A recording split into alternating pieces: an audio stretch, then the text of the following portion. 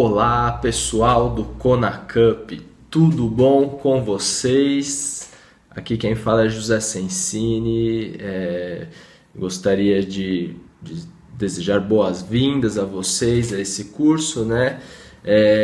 Gostaria de agradecer aos organizadores desse evento, um evento muito importante porque ele auxilia a divulgação dessas técnicas aqui da medicina chinesa, técnicas milenares e que ainda sofrem, infelizmente, muitos preconceitos e dificuldades no nosso país, apesar de ter também muitas aceitações, né? Então, é uma ferramenta importante para a gente se fortalecer como classe, né?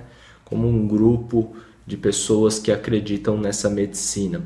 Hoje nós iremos falar, a minha palestra é sobre dietoterapia brasileira, né? Segundo os princípios da medicina chinesa. Então, a ideia da palestra é entender o que os principais alimentos brasileiros ou tipicamente brasileiros têm como característica dentro da medicina chinesa e entender por que a gente tem alguns tipos de problemas, né? E como a gente pode solucionar isso também, tá?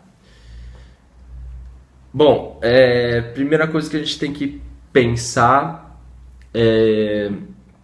falar um pouco da pirâmide alimentar brasileira, né? Pirâmide alimentar brasileira, se vocês procurarem, ela foi atualizada há pouco tempo, né? E se vocês procurarem ela, vocês vão ver que a gente tem alguns alimentos, né? Então, uma porção de óleos e gorduras ao dia, 6 porções de carboidratos ao dia, né? Essas porções são pequenas quantidades ao dia, né? E o importante disso tudo, da gente considerar dessa padronização que ocorre na nutrição. Então, se você for observar, a nutrição ela tende a gerar padronização.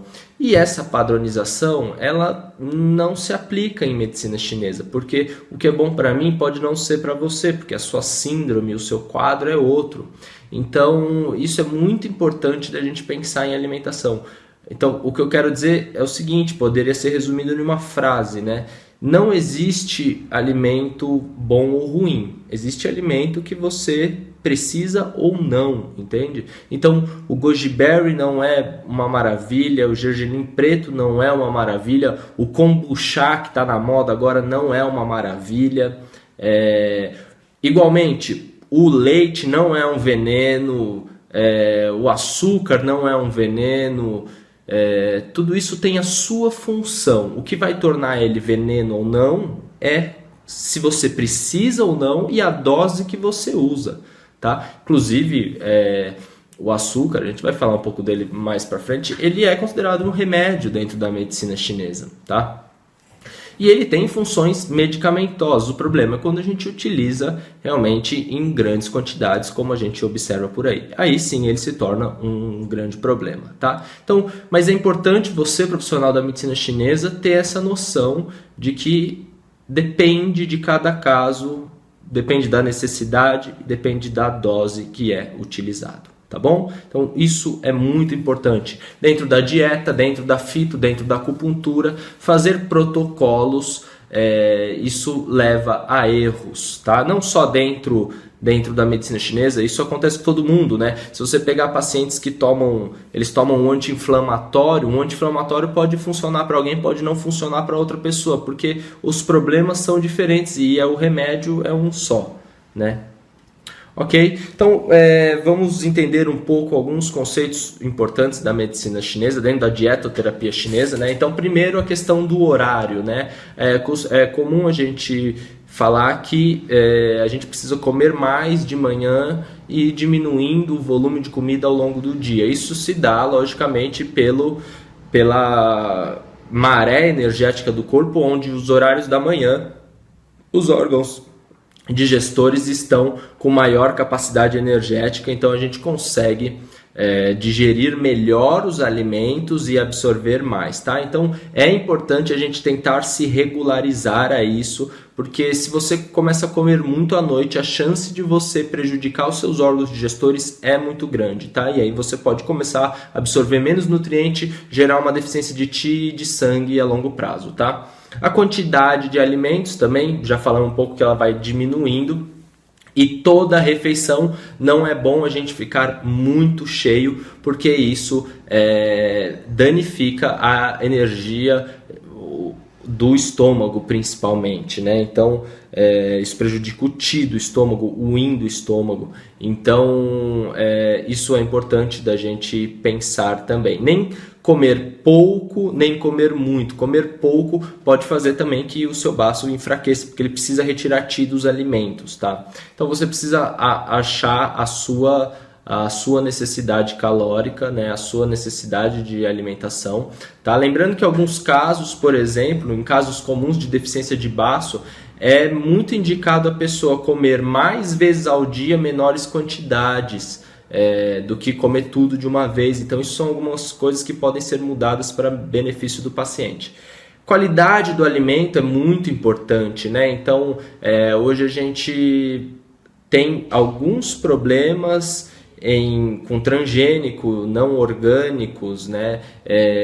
Alimentos congelados, tudo isso sim diminui as propriedades benéficas do alimento, mas isso não é um grande problema, tá? O que eu gostaria de compartilhar com vocês, que na minha prática clínica, o problema que eu mais observo não é pessoas que comem transgênicos, até porque a gente nem sabe direito o que os transgênicos podem causar, mas eu observo que antes delas comerem transgênico, elas não escolhem bem os alimentos. Então você pega paciente que tem, sei lá, deficiência do Ti do baço e ela vive tomando leite, e ela come muito doce. E não importa, mesmo se o leite for orgânico, vai continuar fazendo mal a ela, entende? Mesmo que o açúcar for orgânico, vai continuar fazendo mal. Então, a escolha do alimento é mais importante do que necessariamente a qualidade. O que eu quero dizer não é que a gente não tenha que buscar alimentos orgânicos. Eu sou a favor dos orgânicos, sou contra os transgênicos, mas isso não é o maior problema para a nossa saúde agora, tá? A gente precisa primeiro aprender a comer o que a gente precisa, tá? E parar de seguir receitas que já estão por aí, né? Padrões de nutrição que não se aplicam a nós, tá? Ok? Bom, uma coisa muito importante da dieta também é a gente comer o que está na época, tá? Isso é muito importante. A gente aqui no Brasil, isso graças aos modelos de agronomia que nós temos, né? A gente pode comer laranja o ano inteiro, banana o ano inteiro, maçã o ano inteiro. Isso não é interessante, tá, gente? Busque frutas da época. O ato de você comer um legume, uma fruta da época, na época certa, né? Você está alinhando o seu corpo à natureza. Isso traz benefício. Isso é se equilibrar ao tal, tá?